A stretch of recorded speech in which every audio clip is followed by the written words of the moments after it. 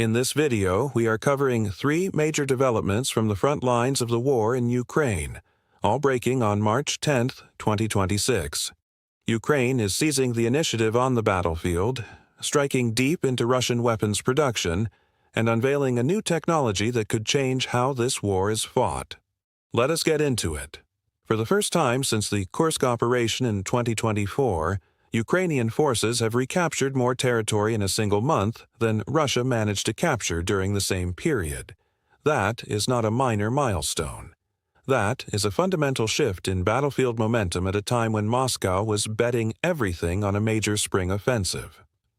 According to Ukrainian Commander-in-Chief Oleksandr Syrsky, Ukrainian forces recovered more than 285 square kilometers of territory in February alone, compared to just over 120 square kilometers captured by Russian forces during the same month. When you factor in all ongoing offensive operations, the total area retaken by Ukraine exceeds 400 square kilometers, with some estimates pushing that number past 450. Part of the operation is being kept off the public record because it is still active, which means the real numbers could be even larger than what Kyiv is releasing. Nearly all of the Dnipropetrovsk region that Russian forces had begun penetrating in the summer of 2025 has now been cleared. Ukrainian forces also recorded notable advances near Oleksandrivka and toward Humiliates, and registered additional gains inside the Donetsk region, which remains Moscow's primary strategic objective.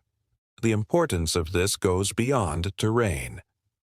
Syrsky and Defense Minister Mikhailo Fedorov have both been explicit about the logic. Ukraine is not calling these actions a large-scale counteroffensive. The goal is to reclaim the initiative.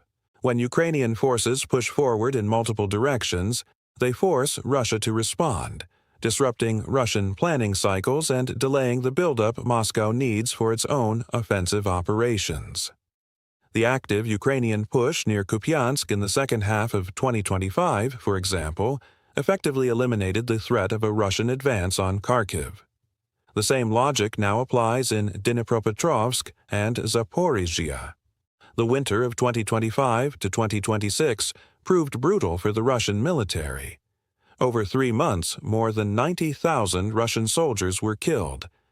In February, Russian territorial gains fell to their lowest level since June 2024. Pokrovsk has not fallen. Kostiantynivka has not fallen.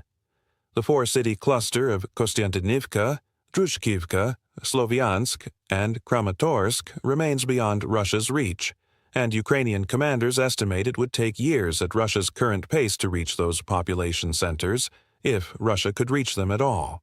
Ukraine is also inflicting systemic damage on Russian capabilities beyond the front line. Russian FPV drone usage dropped 18% in February, a direct consequence of Ukrainian strikes against Russian drone stockpiles. And Ukraine's stated strategic goal is to inflict between 50,000 and 60,000 Russian casualties per month, a threshold at which Russia's ability to replace its losses and sustain offensive operations begins to collapse structurally. Major General Oleksandr Komarenko, head of the main operational directorate of the General Staff, made clear that Ukraine has additional operations in preparation. He said, and these were his words, "There will be something the enemy does not expect." The General Staff declined to give further details, noting only that Ukrainian offensive actions could come from several directions simultaneously, and that they are waiting for the right moment. Now let us turn to the second major development of the day. While Ukrainian ground forces were reclaiming territory, Ukrainian strike assets hit one of Russia's most critical defense manufacturing facilities, a factory in Bryansk that produces control systems for Russian missiles. President Volodymyr Zelensky confirmed the operation himself while speaking with journalists on March 10th. He said that Commander-in-Chief Syrsky called him during the press interaction to report a successful strike on the Bryansk plant. Zelensky thanked the armed forces and described the facility as producing guidance and control systems for multiple types of Russian missiles. Open-source intelligence analysis by the Telegram channel Astra identified the target as a factory belonging to the km² group in Bryansk, a major Russian microelectronics manufacturer that produces components used in a wide range of Russian weapon systems. The list is significant: the Pantsir air defense system, the Iskander ballistic missile, the Topol-M and Bulava nuclear delivery systems, the S-300 and S-400 surface-to-air missile platforms, electronic warfare systems, radar installations. This was not a peripheral target. This was a facility embedded in the spine of Russia's precision weapons production chain. Astra assessed with high confidence that the strike was carried out using Storm Shadow cruise missiles, the British-supplied long-range standoff weapon that Ukraine has used to hit deep targets inside Russian territory on multiple occasions. Local residents in Bryansk reported hearing 11 explosions. Smoke was seen rising over the Sovietsky district of the city. Road access to the targeted facility was blocked. According to Astra's sources with ties to Russian security services, 2 people were killed and at least 10 were injured in the attack. The timing is deliberate. Russia is preparing a major offensive campaign for the first half of 2026, degrading the production lines that feed missiles and guided munitions into that campaign is a direct way to reduce the firepower Russia can bring to bear when that offensive begins. Every control system that does not get manufactured is a missile that cannot be guided to its target. Every microchip that burns in Bryansk is a weapon that does not reach Ukrainian cities. And then there is the third story, and this one is different in character. This one is about the future of the war. Ukrainian journalist Andriy Tsaplienko published footage on March 10th showing the battlefield use of a new Ukrainian directed energy weapon. The video shows what appears to be a focused energy beam, similar in appearance to a laser, cutting through the fiber optic cables that Russian forces use to control their loitering munitions, the so-called fiber optic drones that have become one of the most feared weapons on the current battlefield. Fiber optic drones are controlled through a physical cable that trails behind the drone in flight, making them resistant to electronic jamming because they do not rely on radio frequency signals. They have been responsible for a significant number of Ukrainian vehicle and personnel losses. The answer Ukraine appears to have found is to destroy the cable itself, not the drone.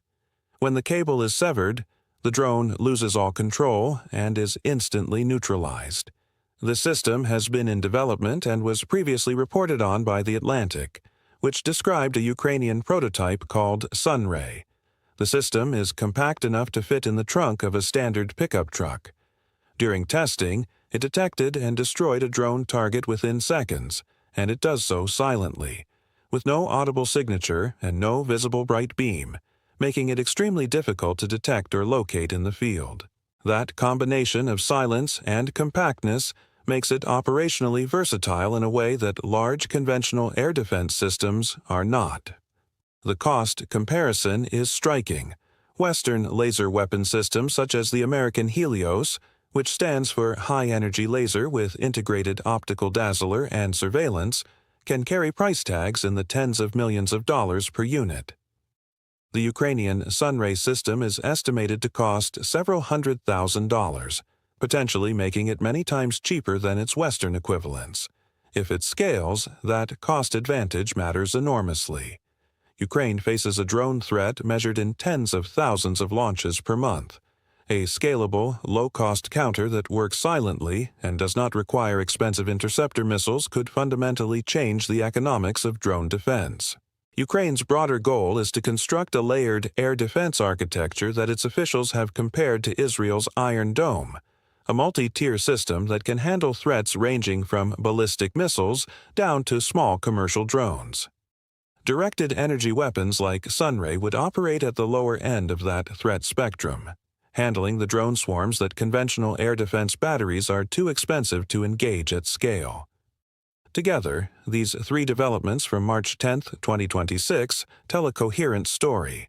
Ukraine is not waiting. On the ground, Ukrainian forces are pushing forward and dictating the rhythm of the war before Russia's spring offensive can gain momentum. Behind the front lines, Ukrainian strike capabilities are reaching into the heart of Russia's defense production, degrading the weapons that would fuel that offensive. And in the domain of military technology, Ukrainian engineers are fielding systems that address some of the most dangerous innovations Russia has introduced to this conflict. The picture that emerges is of a Ukrainian military that is adapting faster and operating with more strategic coherence than the headlines often suggest. What happens next in the next several weeks, as spring arrives and both sides escalate their operational tempo, will determine whether Ukraine can hold the initiative it appears to have seized. Drop your analysis in the comments below. Do you think Ukraine can sustain this momentum going into the spring campaign?